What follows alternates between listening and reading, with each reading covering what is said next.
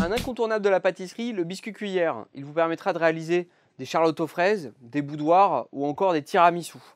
Pour ça, j'ai mes œufs, je vais séparer les jaunes des blancs. Donc les blancs dans la cuve de mon batteur, les jaunes, je les garde bien. Ils me serviront pour réaliser mon biscuit. Je monte ensuite mes blancs progressivement pour avoir des beaux blancs bien montés et je vais ajouter au fur et à mesure le sucre.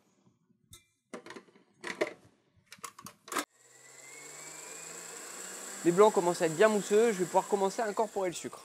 Mes blancs sont maintenant bien montés, on a une belle texture, un beau bec. Je vais pouvoir rajouter mes jaunes.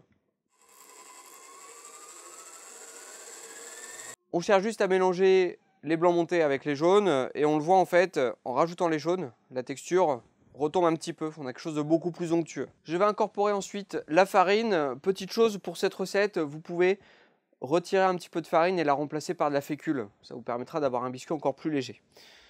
Je mets donc la farine, je pars du milieu et je remonte.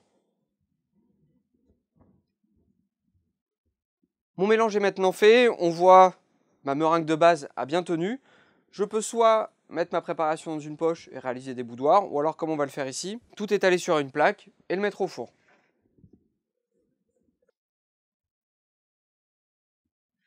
Avant de le mettre au four, on va le saupoudrer une première fois de sucre glace. Le biscuit va absorber ce sucre glace, il va devenir encore plus brillant. À ce moment-là, on remettra une deuxième couche de sucre glace.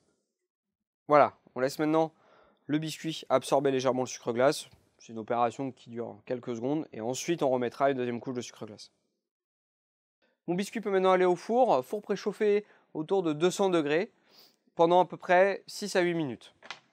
Mon biscuit cuillère est prêt, il est cuit, il a une belle couleur, bien dorée, le sucre glace est resté, c'est aussi pour ça qu'on a mis 2 couches. Si je veux l'utiliser tout de suite, par exemple pour un tiramisu, je peux très bien l'emporte-piécer à la taille de ma verrine, si je reste mon tiramisu en verrine. Si je ne l'utilise pas tout de suite, j'attends qu'il tiédisse, je le filme et je le mets au congélateur. Quoi qu'il en soit, vous pouvez vous en servir pour n'importe quel entremets ou n'importe quel dessert.